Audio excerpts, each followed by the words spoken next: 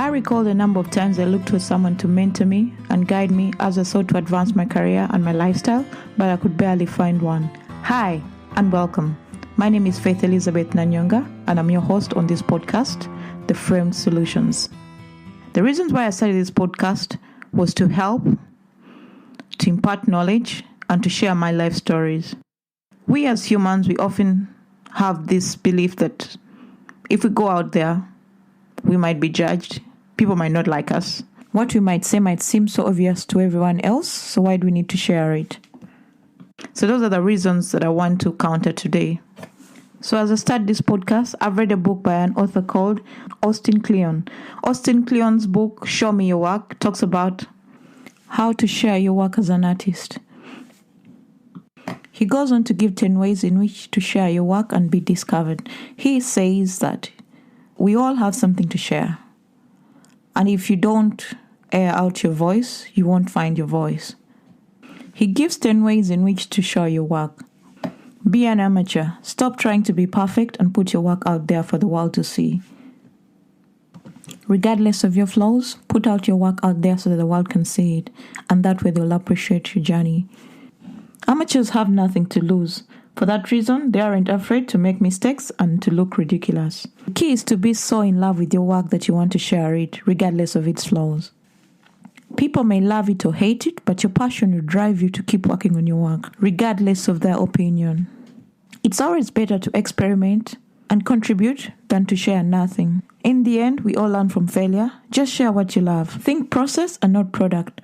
Focus on the process instead of focusing on the end product and the rewards that will come with it. It takes time to be successful, so don't expect success on your first attempt. Be disciplined and work on it every day. You'll end up with something big in the end.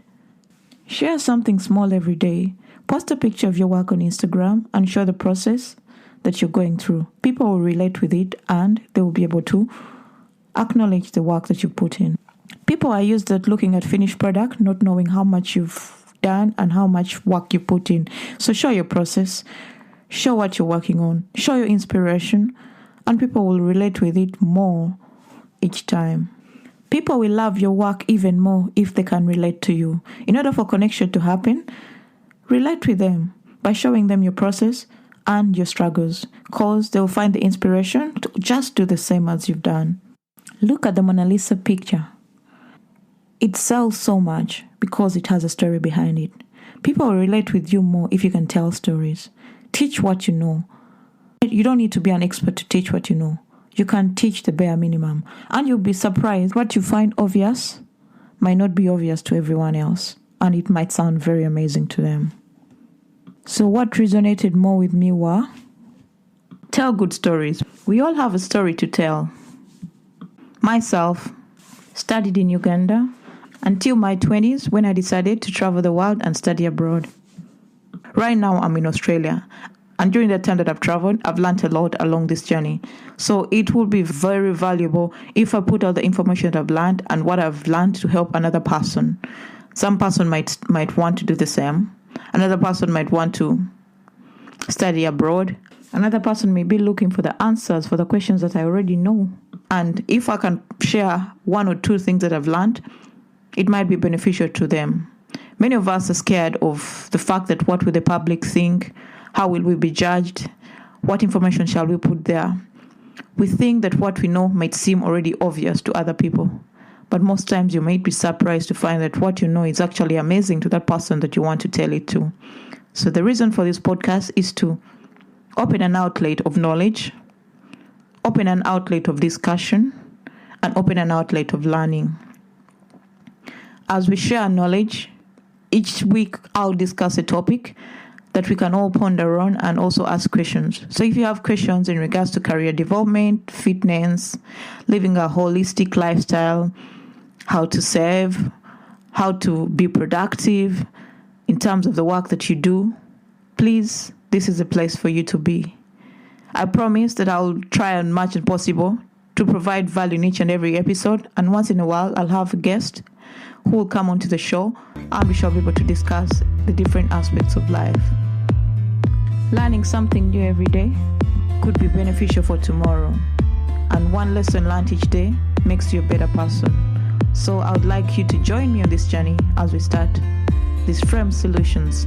Frame solutions means that each solution that we get, we can either fit it in our lifestyle or it can help us change into the kind of person that we want to become.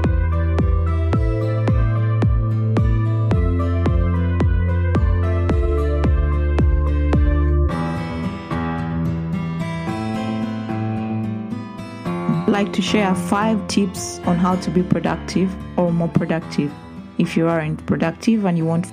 The first tip I would like to share is make a highlight of your day each day.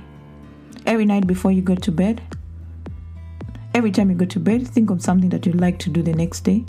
That will be a highlight of your day. Say you might want to work out in the morning, or hang out with a friend for a cup of coffee, or take a walk in the park. So each day you choose a highlight, something that you look forward to doing the next day. That way, as you work, your focus might be on your work, but you're excited about something that you might do later on in the day. 1 year from now, what will I regret that I didn't do today? This has worked so much for me during my fitness journey. During my fitness journey that I'm still on, there are times when you feel like, I don't need to work out. I'm like, I stepped on the scale yesterday. If I'm 80 kilograms, I'm still 80 kilograms. I've been working so hard, eating healthy and doing everything right, but I'm not seeing the weight drop. So if I give up and I don't do my workout for the day and it continues for another year, will I still be the 80 kilograms that I'm really crying about? No, I might have added 10 or more kilograms. So that thought makes me think of like, though I might not see the result today, one step at a time makes me a better person for tomorrow. I've read all my entire life, so I've been reading, but I read a lot of books, I read a lot of journals because I'm a scientist, and reading is part of my culture. So every day I make sure I read something. Some days I do not feel like reading, but I'm like, if I don't read, I won't be having the knowledge that I need to know. If someone asks me a question about something, I'll be like, what did you mean? I didn't get that. What is it? So I try as much as possible to ask myself that question. A year from now, what things will I regret not having done? And that way, I have the answer. So let's say I'll say, a year from now, I regret for not having eaten healthy or snacked on junk. Probably my blood pressure will be high. Probably I'll be suffering from some chronic disease that I might be able to curb if I did what I'm supposed to do right now. So the other thing I also do to find productivity is to have time blocks.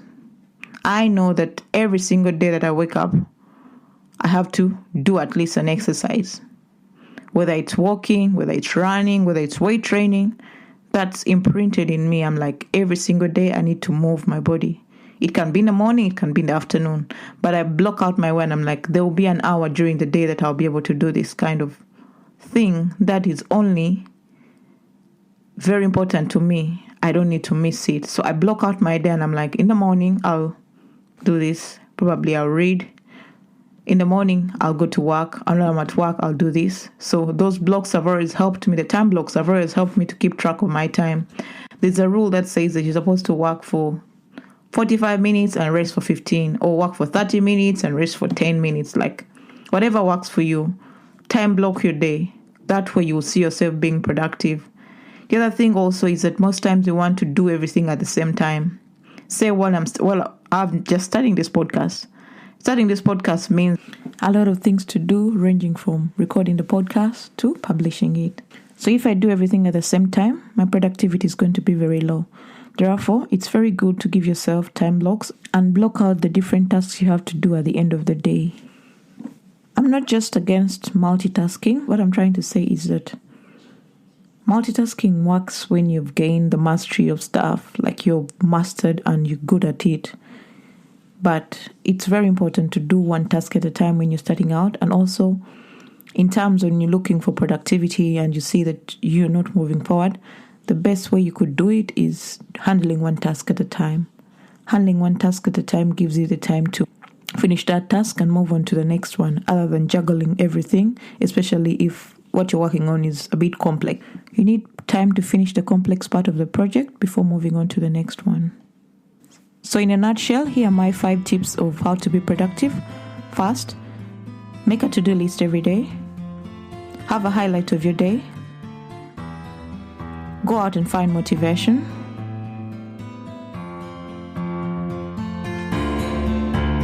Apply the 1-year rule, where you ask yourself, what will I regret in 1 year's time if I haven't done it today?